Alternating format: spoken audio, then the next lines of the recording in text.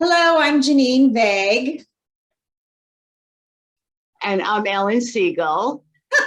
That was good. Today we're here to talk about. Yes, so we're going to be having a conversation today about ego versus intuition. What a funny way to get started on that topic. Ellen, do you want to start us out by talking about what is ego versus intuition? Okay, I think what you just said is really true.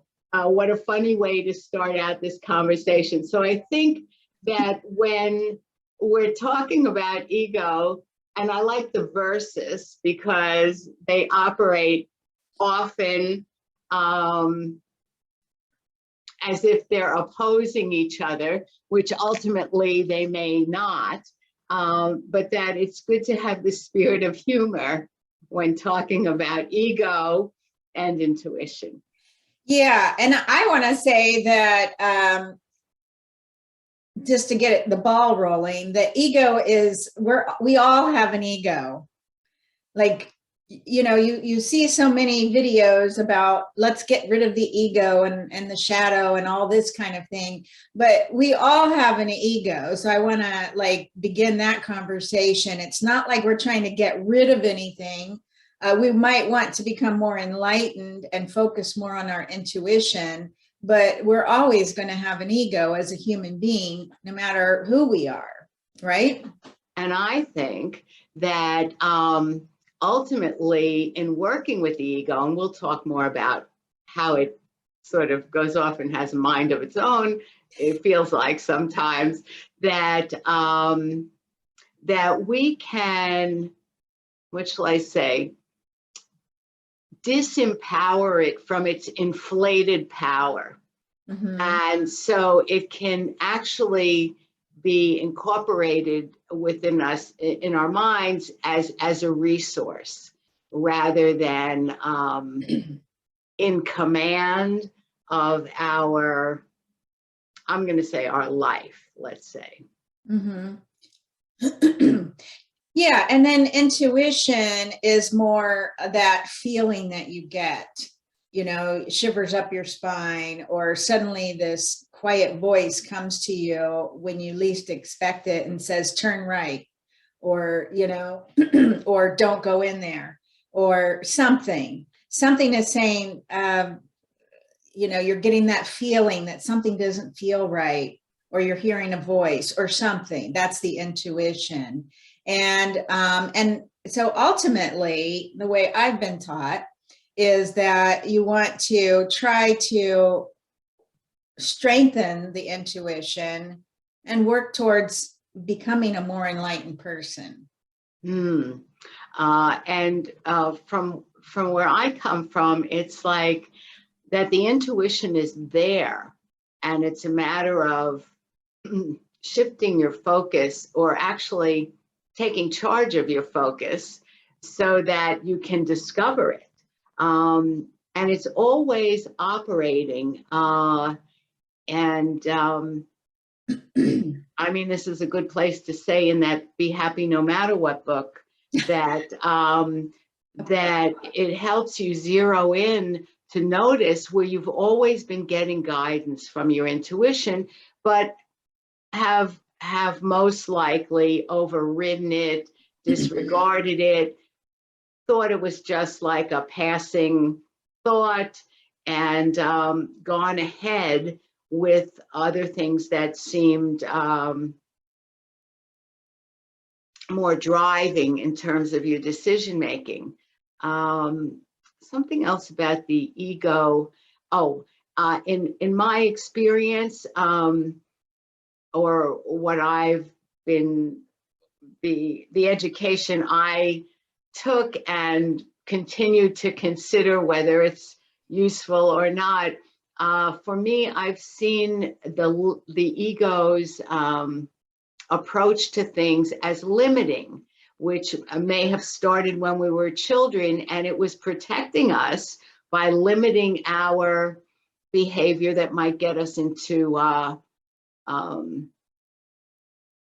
situations that were scary, or, protecting us from being punished, to sort of curl into yourself and not speak out when you saw that other people who were speaking out were getting punished. So the ego, in a helpful way, was limiting our behavior. And then as we grow into adults, we become sort of habituated into listening to that particular voice, is another way to look at it. And then as we grow, as you were saying, to be in more favor of discovering and substantiating and moving into really valuing that, whether it's truth chills or a clear directive of that you can sort of perceive as more true. I don't know. Those are just some ways to think about it, and that would be the intuition. Yeah. And the ego, also, when you're speaking of growing up, it can be destroyed by, in other words, I'm talking more in regards to your self-confidence, your self-worth, and also your sense of self. Like there's a healthy thread, yeah, that's not limiting, that's also self-valuing in developing a healthy ego as you're growing.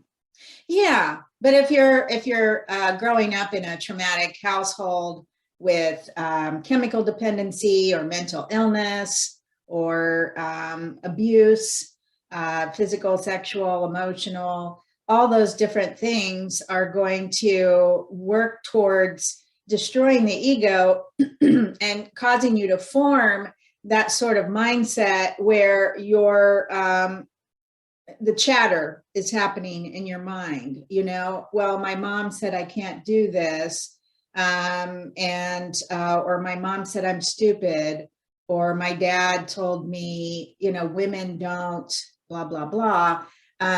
Then that's sort of forming this, these racing thoughts that begin to occur in your head. That happens with people who've been trauma survivors. So that, and I think you were starting to say that by the time you become an adult, it becomes your reality. You begin to think that that's true, what you're hearing in your head, that you're stupid, or you're not capable of, or you're worthless, or whatever. As you're developing, it's forming. Your ego is forming, your racing thoughts, your mindset is forming, and then what's happening is you are also interpreting what you're hearing from your family as you're growing up and creating this other mindset that's becoming clear in your head. Am I saying that correctly, or am I running on at the mouth? No. Everything that you're saying, I believe, has value, and there's many things in that bouquet of what you were saying. I want to track back, though, to clarify something, because I see both of us. There's a little bit of a thread tangle in the field of psychology that we both studied. There was the ego, and the superego. Right. So great. That's such old news, for where we are today. And so when we talk about in that context of psychology, there was the concept of the ego, a healthy ego, that self-valuing and things like that. So as I grew in being exposed to other ideas, because the ego we're talking about, I was focusing on ego versus intuition, and ego as a limiting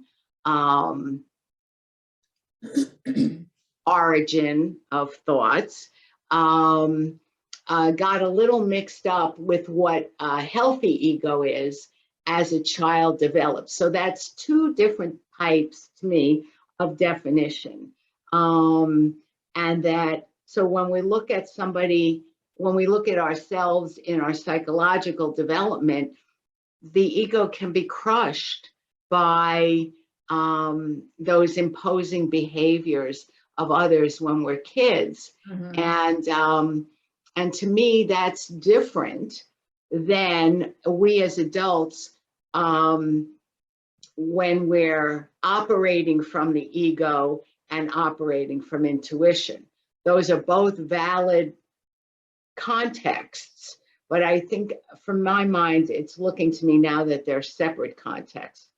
The growing up ego and ego strengths, we learned about ego strengths, and certainly we go on and support our own and others' strengths, and sometimes those strengths are come up through the intuition. So intuition versus ego now, after this part of our conversation, means to me, it's like two different operation systems, and operating in an adult, operating from ego, it's more simple to me to think about that as limiting, because there's also the concepts for, as an adult, you know, somebody who's egotistical. Yes. You know, Yes. narcissistic.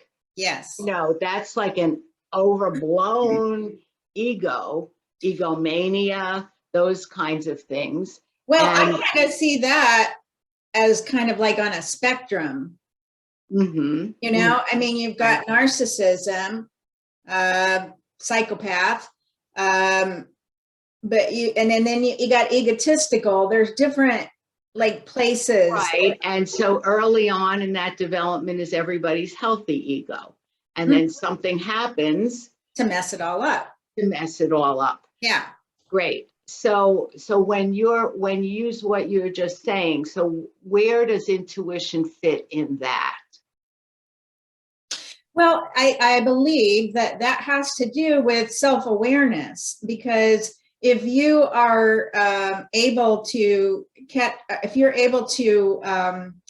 strengthen the intuition, if you're able to get to a place as you're working toward becoming an enlightened person, where you can say, oh, wait, that's the ego. I need to separate that. I need to, or I think you like to tell clients, stop, I don't have time for that today. Isn't that, I think I've heard that from somebody who's come to see me, and they've said, oh yeah, Ellen told me that I should do that. Well, it's placed in a deliberate, it's not a blanket stop. It's if the person has shared with me that they're looking to make a shift, that then I encourage them and show them the way to take control, to incrementally notice where to make that choice, because that's a very sophisticated place to be, where you're at a fork in the road and you can actually perceive that if you go down this path, you like spiral into something, you know, about stories or the path that you're trying to get out of. And if you're able to stop, you know, that's also in a spectrum. I mean, how many times in my life, you know, would I like to stop doing something? Yes. That I know is really better for me to stop, but then it's takes forever, you know, and to sort of take a magnifying glass to your inner experience and notice what is the pivot point or the decision-making point. And even when you find it, to choose to follow your intuition, or for some of us that have been habituated into our early limiting behaviors and out of feeling afraid and protective, it takes many tries for some of us. Yes. To make that choice. Well, yeah, especially like when you're dealing with a heartbreak, when you're dealing with depression, when you've lost your job, you're going to sink into a place and you can choose, okay, I'm going to stay here in the ego for a little bit and deal with this emotion and deal with the pain that I'm going through. And then you get to a place where you feel, okay, now I'm ready to step above this and step out of the ego. Right. And be in a healthier mindset about this. But that's self-awareness. Right. And when we talk about narcissism, they don't have self-awareness. They're not able to step away and hear it and internalize, okay, I need to think about this. What just happened here? They're not able to do that. They're going to stay in the blame, which is why we talk about their ego, and people think about, okay, here's this person with an ego, but they never talk about, but we all have egos. We just have different ways of managing those egos. We have self-awareness, or we don't have self-awareness, or there's different levels of self-awareness. You know, because I often tell people, when somebody has mental illness, they have a narcissistic trait because their mind is focused, they're so focused on that, or the depression or the bipolar, they're not using medication, they're not in therapy. So it's becoming everybody's problem because they're not taking care of themselves. Or somebody who's an addict and they're dealing with that situation. This is just such a multi-leveled, multi-layered, topic. It's not like a black or white, right?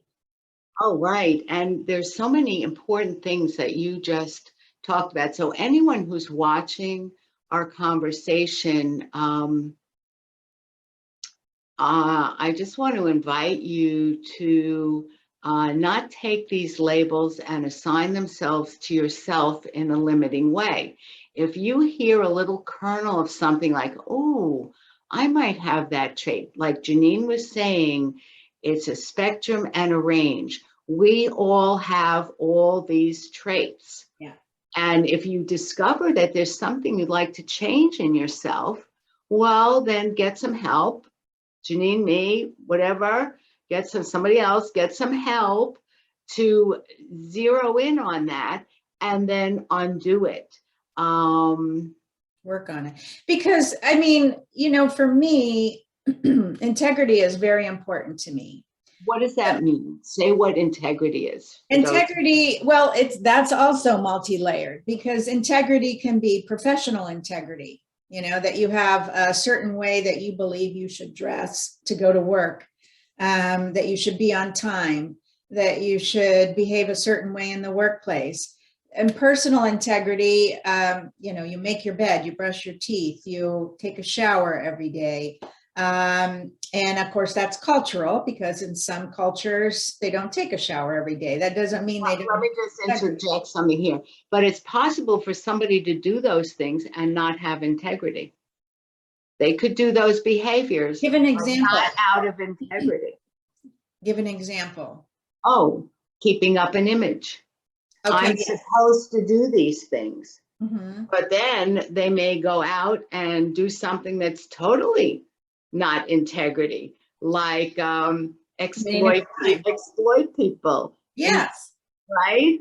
Yeah, somebody who's a pimp. Go ahead. Sorry. No, I want for our viewers to hear more of where that goes. Well, and so also with personal integrity, it can also be like what we were talking about in the other video, staying true to yourself in a relationship. So personal integrity. True to yourself. Say that again. Staying true to yourself. Yes, in a relationship, but staying true to yourself. I think you're at it.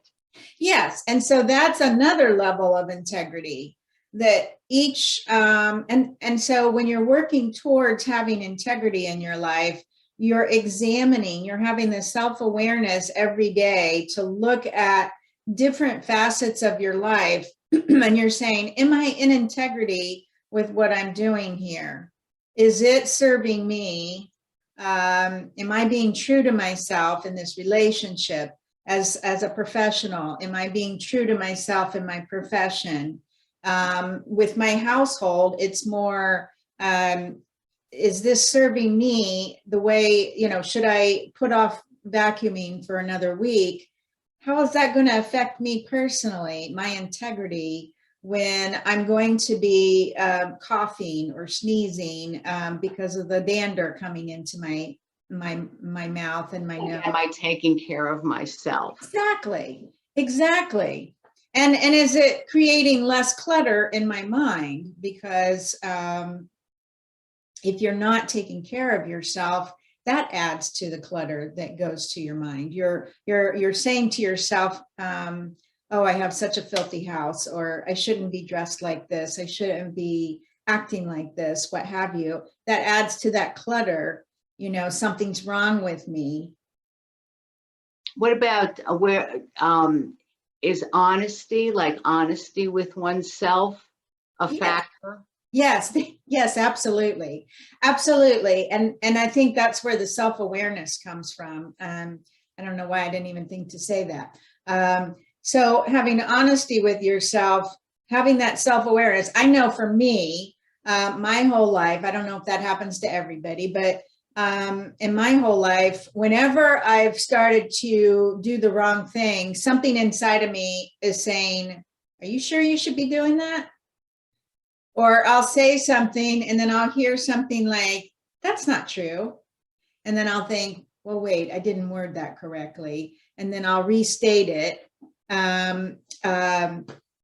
But also loyalty, not just honesty. Wait, before we go there, I just want to highlight something that you just shared for anyone who could use that. The way that you described that inner conversation, that is that what I heard was the active observer who's observing the conversation, saying, wait a minute, that's not true. What is true? Or what are better words to just more? And I love love this. What are better words? But it's what are more accurate words to describe what this is that's going on. And then you get to the it's like solving an equation. Where you get it down to, or the common denominator, where you like get all the fluff out of it and you get to the heart of it or the essence of it. So that, thank you for verbalizing that. And I'm so glad that whoever's watching this could see that, because that's available to all of us, to have that kind of, I want to call it a rational conversation in our mind with sensitivity and questioning. And that's a great way to be within ourselves. And it really gets you far. Yeah. Well, I feel living from integrity, it's what served me in my life. I mean, I focus on this. I'm always thinking to myself, should I be doing this? Or like when I get into the ego state, as we know, I've kind of been through a crisis in the last year, but part of it, I was choosing it. And I knew that. I mean, I was not, part of it, I was in denial, but that was me choosing that as well. And, but I kind of like, some of it, I was playing with it to see where it was going. Some of it, I got so stuck in it that there were moments when it was hard for me to get out of it. And, but there were times when the intuition would come in and say something to me that would, that would clarify something, a question that I had asked the day before of myself, or maybe I asked it 15 minutes ago. So I would get these clarifications. And in that moment, I knew, okay, I can choose to sit with this, or I can go into denial and let it go and pretend it never happened. That's how we work on strengthening that intuition, is by choosing in that moment, okay, yeah, all right, that is true. Am I going to continue to sit in this denial and work on this ego, or am I going to think about that thought that I just had and become a better person as a result of that?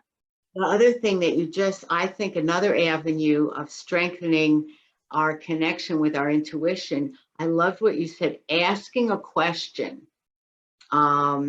Being curious how to get out of a situation, or curious about why we're in a situation, or all kinds of other, how is it I'm feeling this way? There's like a million questions you could ask, but in your mind to ask a question, and then you said, well, I might get an answer in the next moment, or 15 minutes, or The next sometimes, I have people write a little note, put it under their pillow, and then a week later they see something on a truck. Yeah. Mm-hmm. And it goes ding. Oh, that's the answer to that question I asked last week.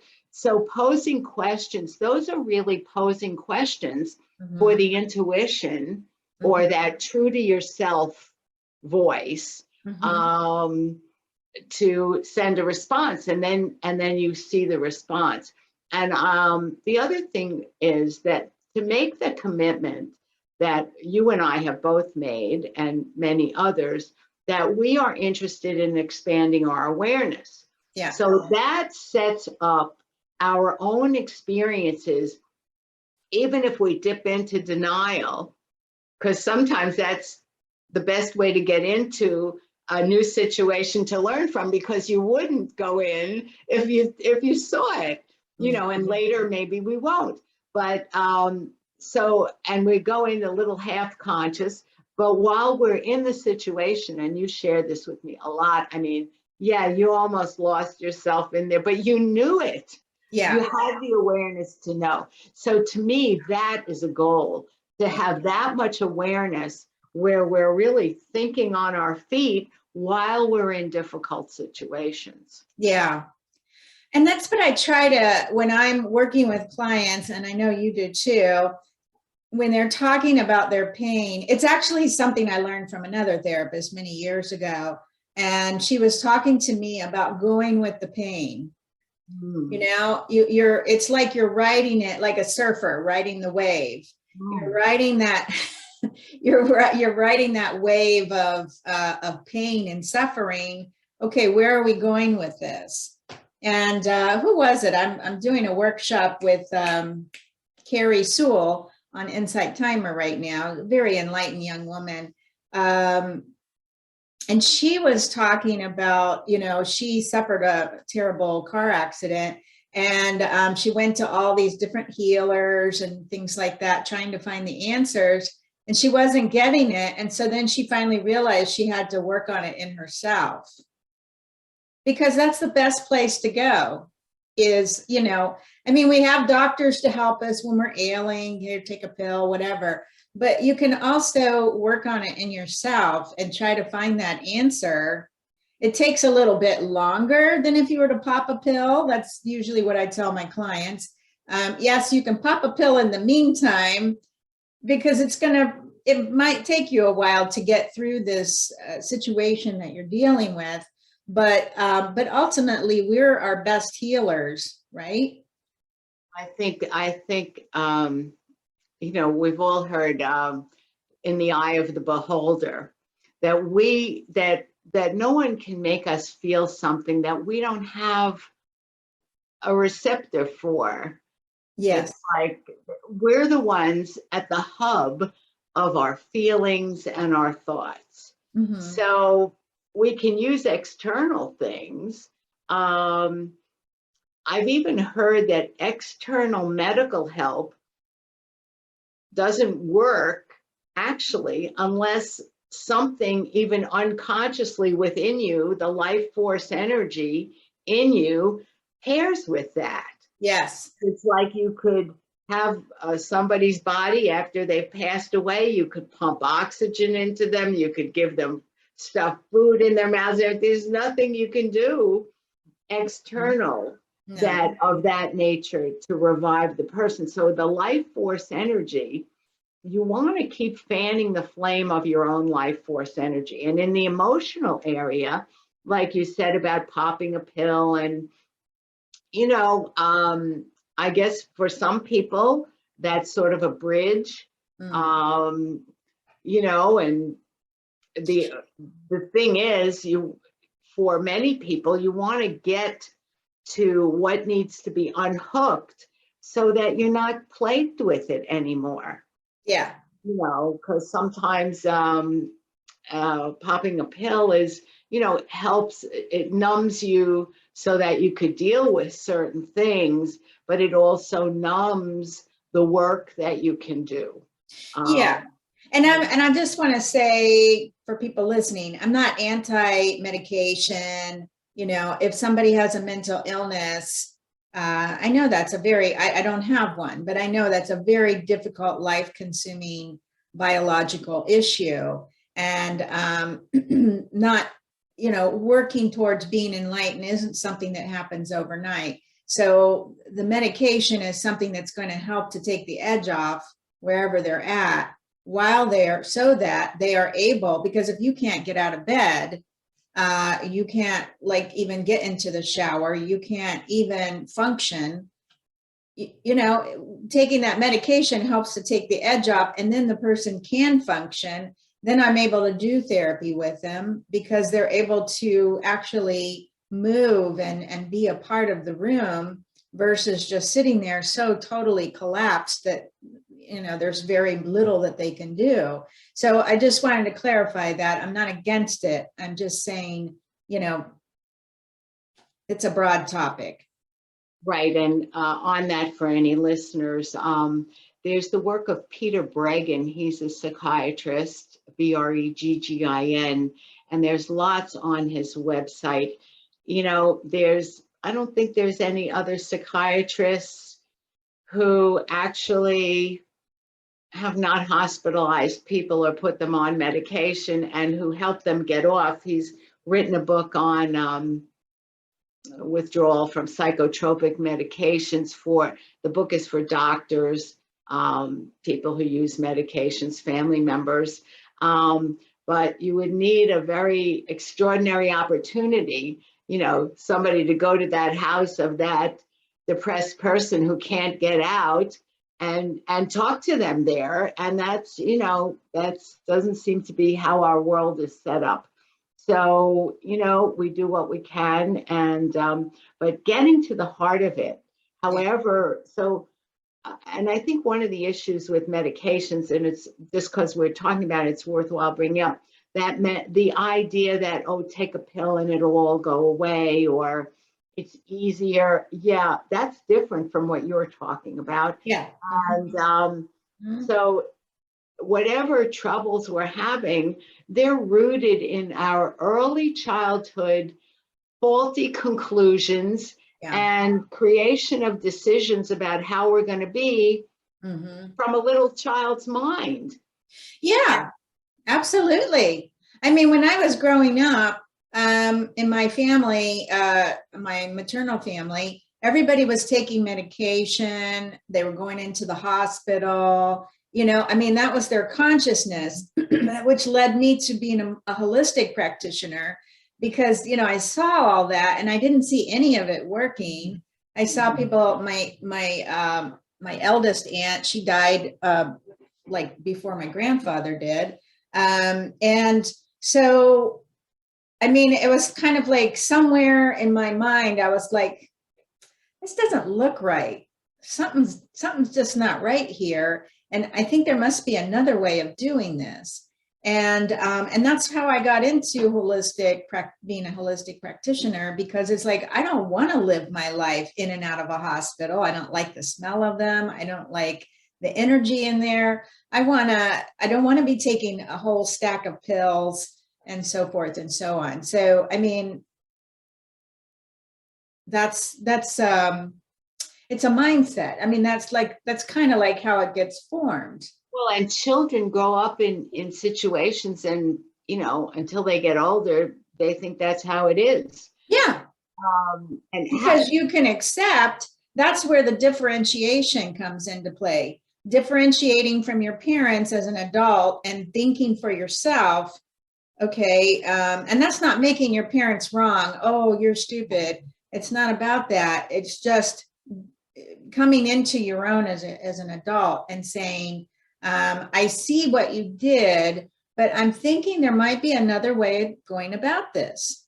Did you know at an early age that when you looked at what was happening around you, did you have any intuition, like, even if you didn't have words to go with it, like there's something wrong with this, or I wonder if, so Yeah. how old were you that you might have had that?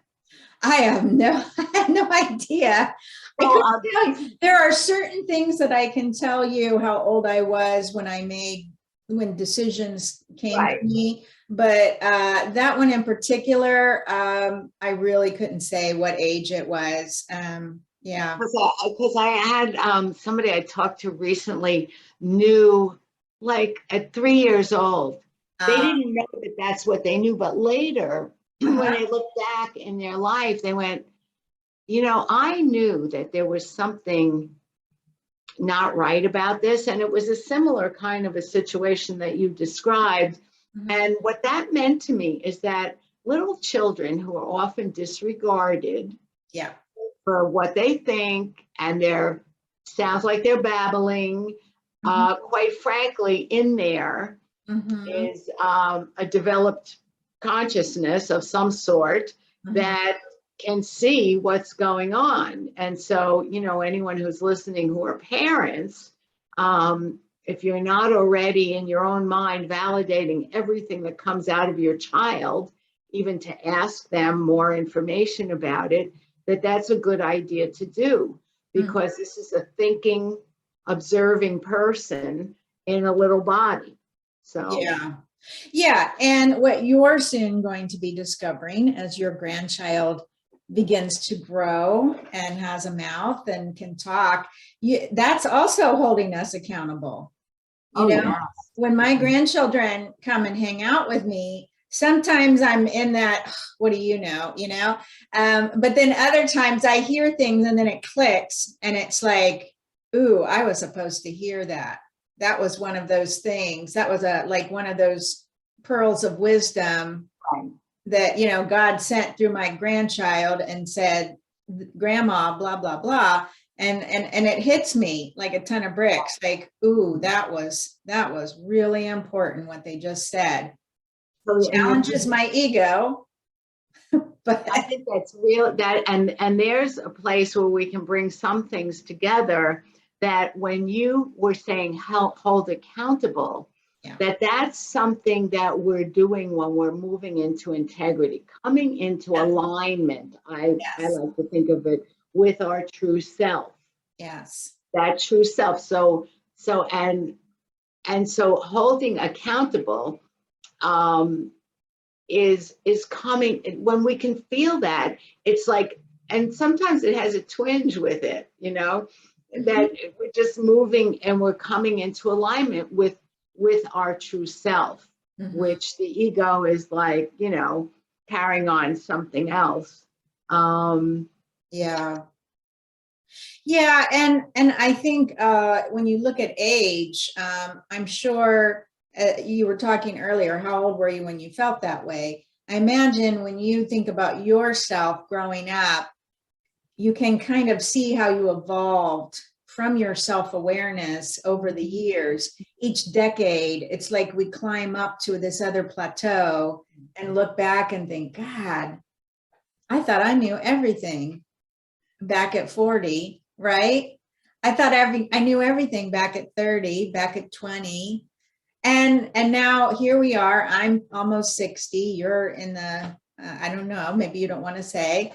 And so I don't have an issue with it, but I don't want to put you out, but I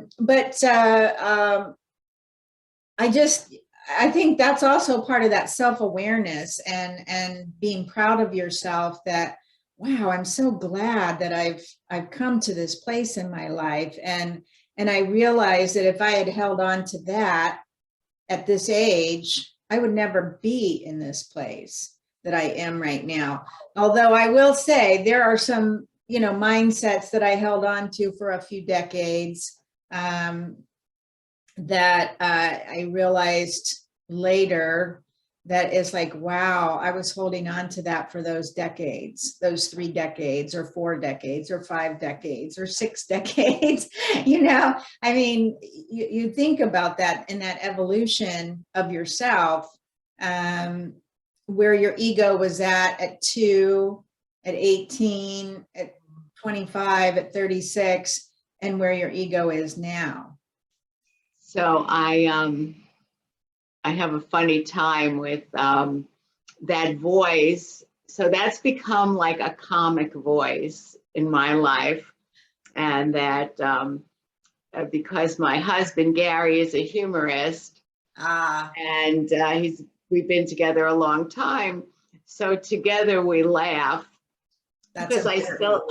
it's so great. The voice comes up with like, what do you do? Are you doing that? I mean, and believe me, he's a very self-anchored person, and he knows what he's doing. So, so he might look up. He says, "Oh, is that expert Ellen talking?" And we just burst out laughing. And it's the funniest thing. It's just the funniest thing. And years ago, and he remembers too, I'd have my heels dug in, and I was right. And I have to tell you, Jeannine, all those times I was not right. I don't think I was ever right. When that egotistical part would come into play, I'm telling you, fortunately, I had people around me who could reflect what, reality, a common reality was, because I was really off. But just takes work, folks. And I know some people who have overcome very egotistical, narcissistic aspects that if they had a flicker of something that wanted to get by it or past it or overcome it, that they're able to. So a great question to ask yourself is, what am I not awake to in my life? Yes. And, and then you get some answers, and that gives you some leads on your self-detective work. Yeah. Yeah, that's very important to always be checking in with yourself, to always be doing that. So we've spoken a lot about the ego. Are we speaking enough about intuition? Well, that's a good question.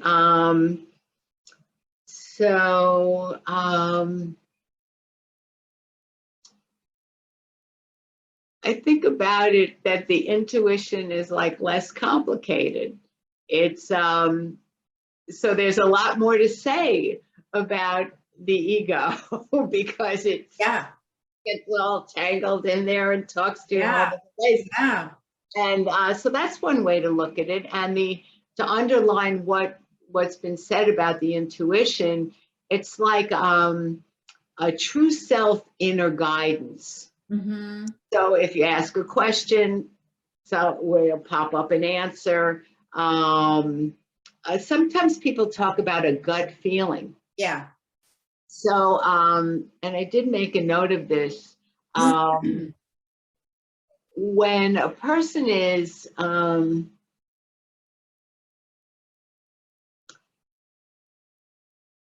focused in self-awareness, they could always check for an inner sense of yes or no.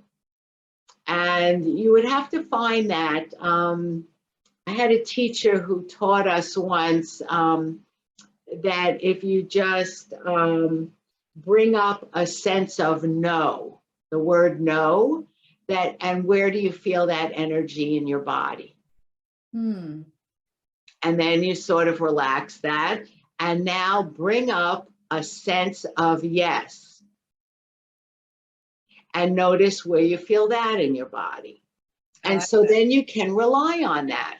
So when you're not sure about something, that the yes, that the operation of that is somehow in the realm of intuition, that you could get at an inner truth for yourself. Mhm. The other advice that I got is after you set that up and practice with it, and you could use that in as simple a way as when you go through your closet in the morning, which top you're going to wear. And you just yes or no, yes or no, yes or no, yes. Mhm. Or what you're going to eat, and then it's sort of something that you cultivate, and because then you sort of have faith in it. It's like that you have that, it's just connecting you with the intuition that you've used in other situations. Like, Strengthening it. You're strengthening your intuition because right, you're being guided by your intuition versus your ego. right. And whatever you focus on expands Yeah. that, the Yeah. energy. Yeah. So, Mhm. so that's a way to access that when you're, you got one leg in the ego, but you really want to get to the heart of something because um, that it's more beneficial for you. Mhm. Yeah. What else? Is there anything else to say about ego and intuition before we close? Well, I think something that I want to bring up is something that's always guided me over the years is remembering that there's no right or wrong. And by that, I'm saying, and I like to point this out a lot to people in my blog posts, I'm not right because I'm saying this on my blog post.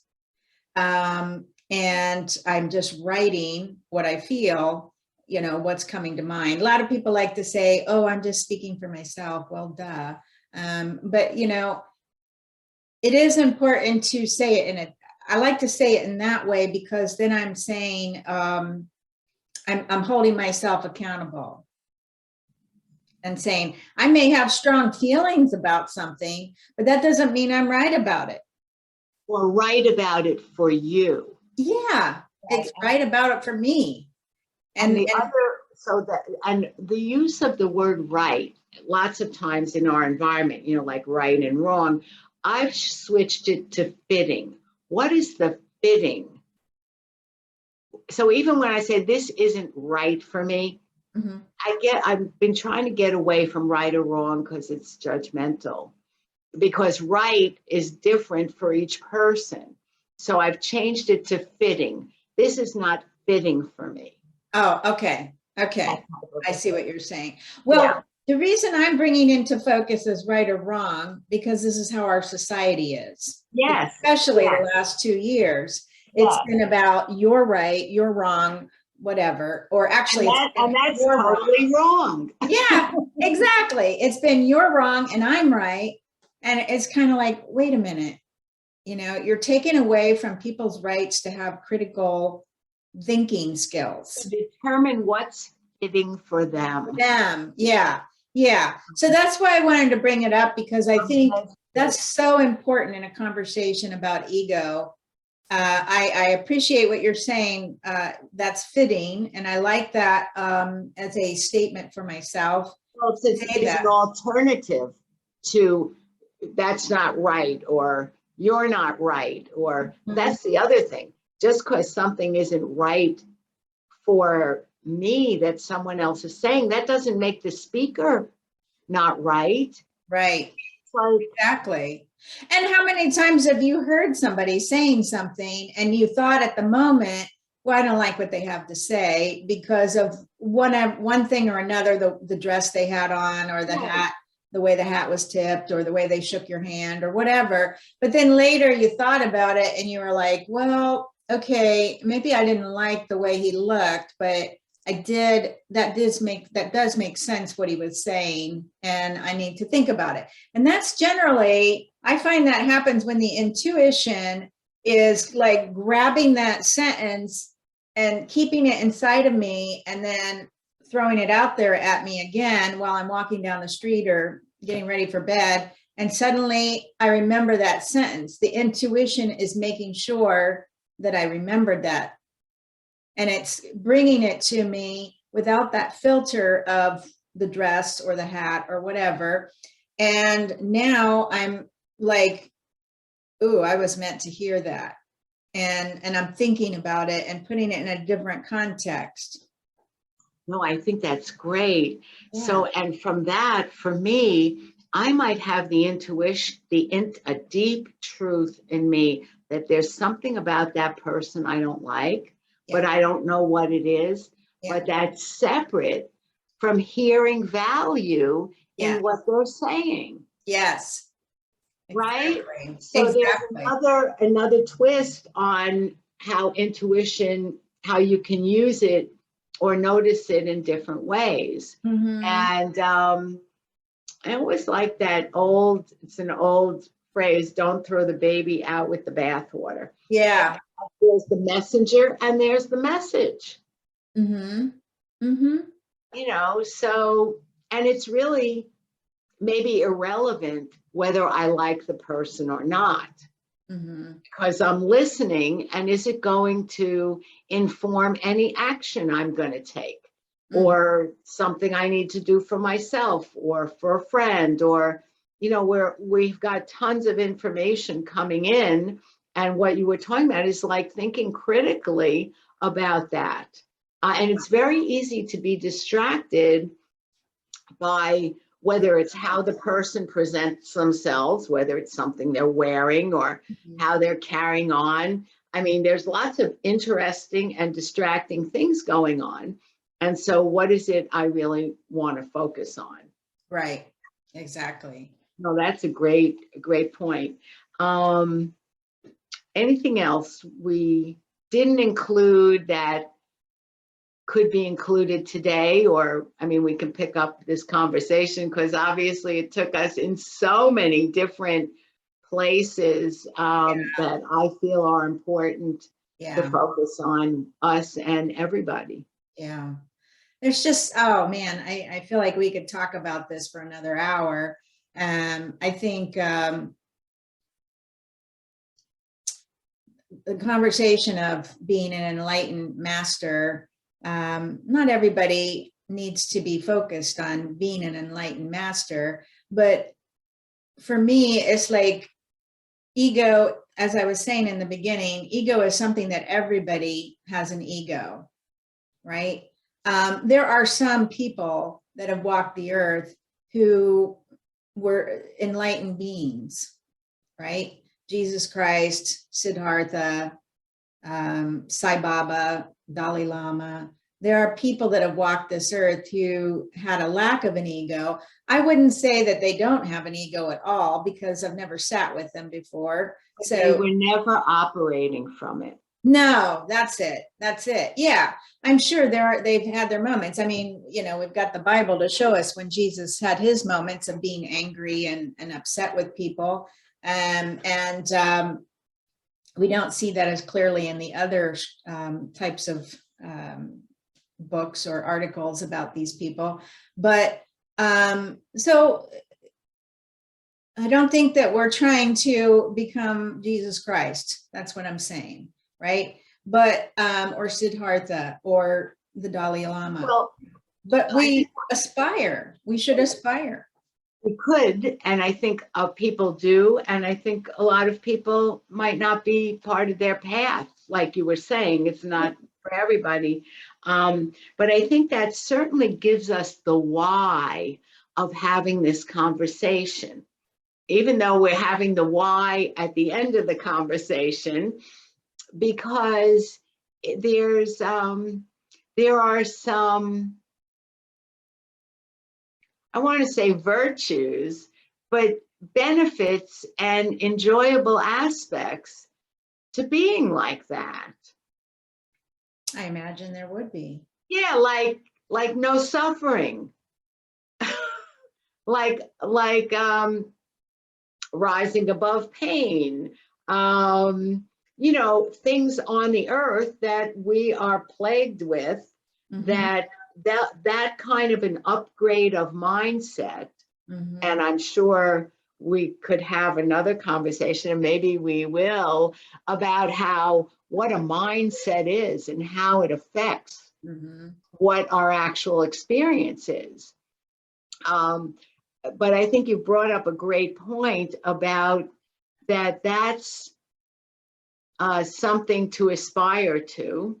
Yeah. And But you and don't have to. but of course not, because that's not, I mean, think of how many billions of people there are on the planet having unique experiences, even though, yes, we all have ego, yes, we all have all the feelings, yes, we all have challenges. And yet, because there's so many of us and our lives are unique, that they're all configured in different ways. And so there's that much uniqueness. Mm-hmm. You know, and that's another conversation that would be fun to have. Yeah. The conversation of uniqueness and commonality. Mm-hmm. And, you know, and different, I'd love to have conversations where we talk more about things that are look paradoxical. So I think this is great. Do you feel complete enough for today? So, yeah, I think so. I think we've kind of broadened the topic. We have gone in different directions and showed different types of examples, and kind of covered ego versus intuition. And yes, there's certainly so much we could go much further with this, and so that's what we should do in a different I conversation. would love to do that. I would love to do that. So I know that, well, I won't speak for you, but I feel it together how happy we are to share this conversation with Yeah, anyone who's interested? who's interested. And we have no idea what goodies you'll get from it. So Yeah, and we need this. We sorely need to the cerebral discussions. We need to get back to the critical thinking, to being alive. being alive with heart. And so I would say we can encourage all of you to start these kinds of conversations with your friends and anyone who'll talk with you about them. Absolutely. Absolutely. So All right, well, let's bring this to a close. until next time. Thank you for joining us. Thank you.